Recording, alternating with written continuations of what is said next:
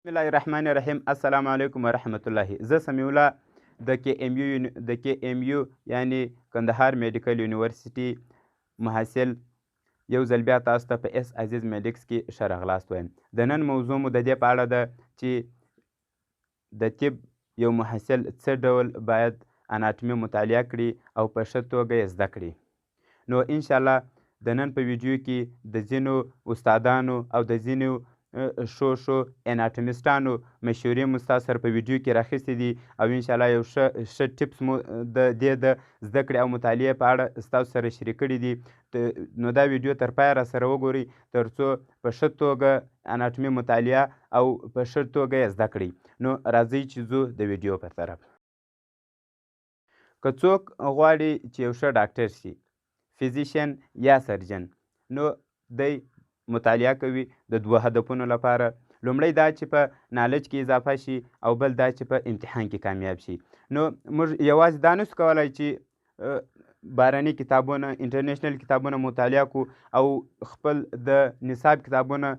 بالکل صرف نظر یې کړو، ځکه چې که موږ او تاسو کامیاب نشو نو موږ او تاسو نشو کولی چې پر مخ درس ته جریان ورکړو. نو الله جل جلاله زموږ او ستاسو دماغ داسې جوړ کړی دی لکه کمپیوټر موږ او تاسو د کمپیوټر سره ډېره بلدتیا لرو. کمپیوټر پر دوه ډوله معلومات ذخیره کوي. په کمپیوټر کې یو پرایمري میموري وي او بل سیکنډري میموري. پرایمري میموري څه کوي؟ د موقت وخت لپاره شان ذخیره کوي او په چټکتیا سره چې څه وخت ورته ضرورت وي لاسرسی ورته لري. او سیکنډري میموري لکه هارد ډیسک چې کوم دی دا کولی شي چې د ډېرې مودې لپاره شان ذخیره کړي. نو زموږ او ستاسو دماغ هم موږ باید چې دغه ډول عیار کړو خپل د تحصیلي د دورې په وخت کې. څنګه موږ او تاسو باید چې خپل ریم یعنی پرایمري میموري د دې لپاره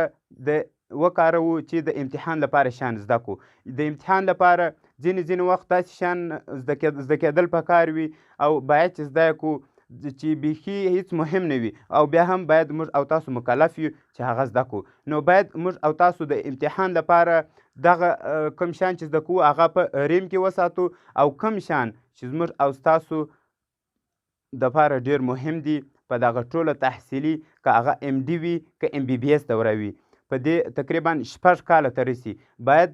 د اول سیمسټر څخه بیا تر دغه اخري سیمسټر پورې باید چې هغه شان زموږ او ستاسو په ذهن کې وي. نو موږ دا هم ناممکنه دی، هېڅ امکان نه لري چې موږ او تاسو چې څه کتابونه وي د لومړي سیمسټر څخه تر اخري سیمسټره پورې زموږ او ستاسو په ذهن کې پاتې شي. اما موږ او تاسو کولی شو چې خپل دماغ داسې جوړ کړو چې ځینې شیان په ریم یعنی پرایمري میموري کې ذخیره کړو او د امتحان لپاره په ښه توګه زده کړو او ځینې شیان بیا په هارد ډیسک کې وساتو. په هارد ډیسک کې چې تقریبا سیکنډري میموري ده او د اوږدې مودې لپاره ده او مهمه هم هغه ده، ځکه چې که څوک ډاکټر شي نشي کولی چې شان میخانیک او میخانیک مطالعه نشي کولی، ځکه دته به مریض ناست وي. دی داسې نشي کولی چې دته یو مریض راسي مثال د معدې یا د اعصابو مرض لري. نو جنرال فیزیشنان تقریبا زموږ په افغانستان کې دغه ډول وي، د هر شي تقریبا د اعصابو هم وي، د معدې هم وي، د سینې هم وي. نو داسې نشي کولی چې دی راولاړ سي کتاب راواخلي د دا مریض مرض څه شي دی او څه شي باید ورته ورکول سي او څه باید دی وخوري تر څو د ده په ښه توګه علاج وسي. نو موږ داسې نشو کولی. موږ باید چې خپل دماغونه داسې جوړ کړو چې د امتحان لپاره په ریم یعنی په موقت میموري کې، که ښه مثال زه درکړم چې بس امتحان مو ورکوي، باید چې هغه اضافي شیان نور موږ په ذهن کې ونه ساتو. نو کم شیان چې زموږ او ستاسو دپاره مهم دي هغه په ذهن کې وساتو. نو دغه فارموله باید چې موږ او تاسو په اناټومي کې هم اپلای کړو. اناټومي د زده کړې دپاره استادان چې ډېر یو میتود کاروي هغه دغه د 3R میتود دی. 3R یعنی ریډ، ریسایټ او ریکارډ یعنی رایټ. لکه څه هم رایټ په ډبلیو دی نو دوی د ریکارډ دپاره د آر توری ورسره استعمال کړی دی. که موږ یو شی لومړی ووایو خپله یې ووایو یعنی ریډ لومړی آر، نو 10% هغه شی زموږ او ستاسو په ذهن کې کښېني. که بیا موږ دغه شی ریسایټ کړو دستي چې ومووی بیا یې تکرار کړو دغسې سمرایز یې کړو خپل په ذهن کې، نو 10% نور دا په ذهن کې کښېني. نو ټول څو سو؟ دا 80% او که بیا موږ او تاسو دغه ریکارډ یعنی رایټ ولیکو نو تقریبا 25% نور زموږ او ستاسو په ذهن کې کښېني چې ټوټل دغه دی تقریبا 15% ته ورسېدی او هغه پاته 25% چې دی هغه بیا په استاد پورې مربوط دی که هغه استاد وي که ستاسو کوم سایټ وي تاسو آنلاین درسونه وایاست یعنی هغه په ال یعنی لیسنینګ پورې مربوط دی نو که موږ او تاسو په صحیح توګه ریډ یعنی مطالعه وکړو ریسایت یعنی بیا تکرار کو دغه خپل مطالعه سوي شیان او بیا رایټ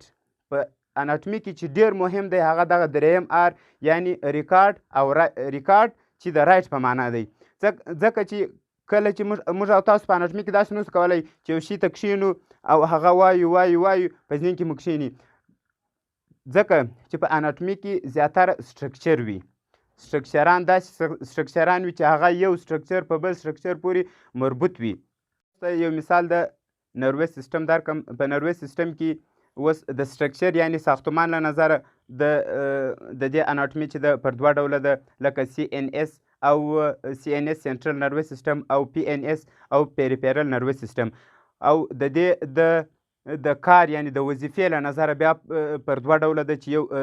سومیټیک نروس سیستم دی کوم چې موږ د ارادي کارو دپاره استعمالو یعنی ولنټري هغه شیان چې موږ او ستاسو په واک کې وي او بل د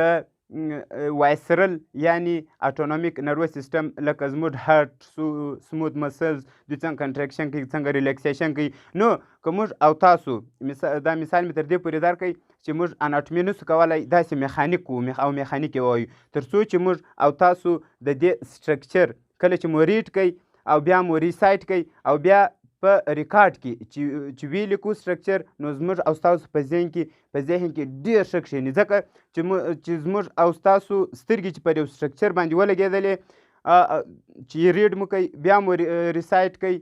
تکرار مو کوي د ځان سره او بیا چې خپله په لاس باندې ولیکو انشاءالله بیا زموږ او ستاسو لانګ میموري که مثال چې ما تاسو ته د سیکنډري میموري درکوي په هغې کې ذخیره کېږي او هغه 25% چې هغه لیسن دی هغه ډیر مهم دی ځکه چې موږ او تاسو نسو کولی په مکمل 100% د خپل مطالعې څخه خپل یو شی په ذهن کې کښېنو نو د استاز یعنی د یو راهنما ډیر مهم دی زموږ او تاسو په سټډي کې نو هغه 25% چې کله موږ او تاسو که کوم سوالونه وي که هغه دغه زموږ او تاسو د دا درې آره د پروسس په شروع کې وي او که د دې وروسته وي دغه لیسنینګ نو انشاءالله زموږ او ستاسو هغه 25% به هم راپوره کړي نو زموږ او ستاسو یو شی 100% په ذهن کې کښېني نو اناټومي ډېر اغېزمنه توګه د دې زده کړه چې سړی په ښه توګه زده کړه کولی سي او هغه دغه درېیم آر دی چې موږ او تاسو باید ډېر ورته متوجه سو هغه دا چې موږ باید چې دغه ریکارډ یعنی ولیکو یو عکس موږ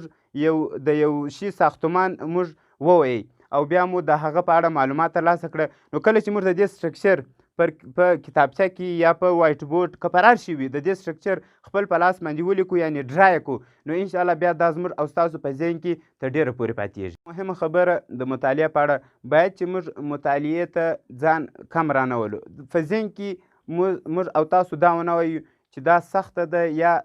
یا دا ونه وایو چې زه نس خدای نه کرده زه نسم کولی چې دا مطالعه کړم داسې هېڅ شی نشته چې انسان ونه کولی سي چې هغه مطالعه کړي نو اناټومي خو ډېر کم شی دی انشاءالله بیا پر مخ به فیزیالوجي وي فارماکالوجي به وي پیتالوجي به وي چې هغه داسې غټ کتابونه دي چې په هغه کې امراض دواوي او دغه غړو اوس خو موږ یوازې نمونه په اناټومي کې وایو بیا به د 2 وظیفې موږ او تاسو وایو نو چې اوس لا موږ او تاسو ځانونه ودې تیار کړو چې انشاءالله دا هېڅ شی نه دی اناټومي خپل په کنسپټ کې هغه ځکه چې هغه موټیویشنل سپیکران وایي چې غټې فیصلې چې دي یعنی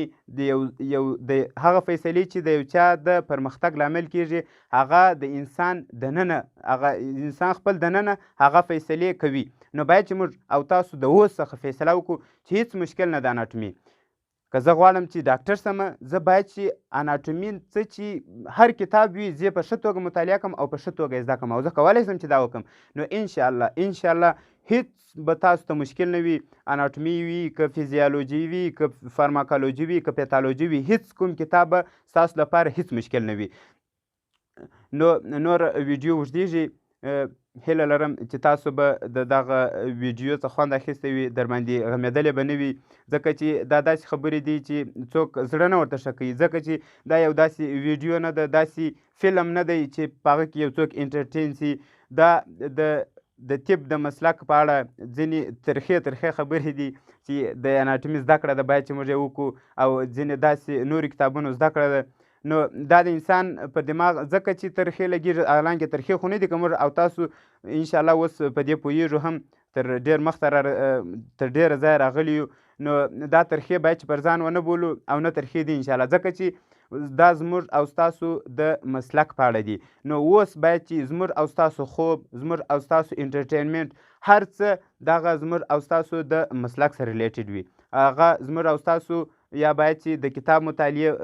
کتاب مطالعه وي، زموږ او ستاسو مجلسونه چې هر شی وي، یا د کتاب په اړه وي، یا د زموږ او ستاسو د مسلک د یو بلې شعبې په اړه وي، نو باید چې موږ او تاسو دغه خبرې پر ځانو درنې ونه بولو، او دا خپل ځانونه دې تیار کړو چې انشاءالله خدای په ما کې دغه وړتیا لیدلې ده چې زه دغه فیلډ ته، یعنی زما په ذهن کې د دغه فیلډ د سلیکشن په باره کې زما په ذهن کې دغه فکر پیدا کوي. نو انشاءالله زه د دې وړتیا لرم، او انشاءالله زه امید لرم چې هر یو به په تاسو کې په هر یو چې وي، که هغه د شخصي پوهنتون وي، که د دولتي پوهنتون محصل وي، انشاءالله یو ښه ډاکټر به جوړیږي او د دغه ځورېدلي ولس خدمت به کوي. نو نور مو وخت نه نیسم. دغه اس عزیز میډیکس یو چینل دی، موږ خاص په دې نیت جوړ کړی دی، او هدف مو هم دا دی چې خپل د خلکو خاص کر د پښتنو خدمت وکړو، ځکه چې په سوشل میډیا، که هغه یوټیوب وي، که هر دا غټ پلیټفارمونه چې وي، په دې کې پښتو دپاره اکثره هیڅ خدمت نه دی سوی. نو زموږ یوازینۍ هیله او هدف دا دی چې د پښتنو او د پښتو ژبې په پښتو ژبه د هغه محصلین چې هغه پښتانه دي، یعنې پښتو وي، که دري ژبه خبرې کوي، موږ او لومړی یو بله خبره په ذهن کې مې راغله، موږ او تاسو په پوهنتون کې تقریبا دري زبان او پښتو زبان محصلین سره یو ځای کېږي، نو باید چې موږ دري ژبې والا او پښتو ژبې والا داسې باید چې واوسي لکه ورونه، ځکه چې د دوی ترمنځ هېڅ توپیر نشته، دواړه د یوه وطن د یوه افغانستان وګړي دي، او انشاءالله دواړه به د دې په پرمختیا کې خپل رول لوبوي. باید چې ځکه چې دا 21مه صدۍ ده، 21مه بیخي به دا خلک وختل، څوک دغو پرچم څوک سپوږمۍ ته وختل، ټکنالوژي څومره پر مخ ده، خلک خپل د ملک، خپل د هیواد د پرمختیا په اړه سوچونه کوي. موږ لا اوس هم هغه پښتانه یو، هغه تعصب دی، دا دري زبانه دی او دا پښتو زبانه دی او دا ولې داسې وسي. یعنې باید چې موږ د تعصب هیڅ خپل که په صنفو کې وي، که په محله کې وي، که خپل په معاشره کې وي، د تعصب هیڅ فکر ونه لرو، او هیڅ د ماشومانو د ماشومانو ذهنونه داسې جوړ کړو چې دا دري زبان او پښتو زبان نور باید هیڅ دغه شی نه وي په منځ کې. دا دري او پښتو زموږ او ستاسو دواړې زموږ او ستاسو قومي ژبې دي، او باید موږ او تاسو د دواړو دپاره کار وکړو، او دواړو د پرمختیا لپاره کار وکړو. نو دغه اس عزیز میډیکس چینل چې کوم دی، موږ خاص د دې هدف لپاره جوړ کړی دی چې خپل د ورونو خدمت وکړو. نو د دې په پروموشن یعنې پرمختګ کې زموږ سره مرسته وکړئ، دا چینل هم در سره سبسکرایب کړئ، او مخکې هم د ملګرو سره شیر کړئ، تر څو موږ وکولی سو، موږ موټیویټ سو دې ته چې نور هم ستاسو لپاره پلټنه وکړو، او نور هم ښه ویډیوې ستاسو لپاره جوړې کړو. نور مو پر الله سپارم. د خدای په امان، ښه وخت ولرئ.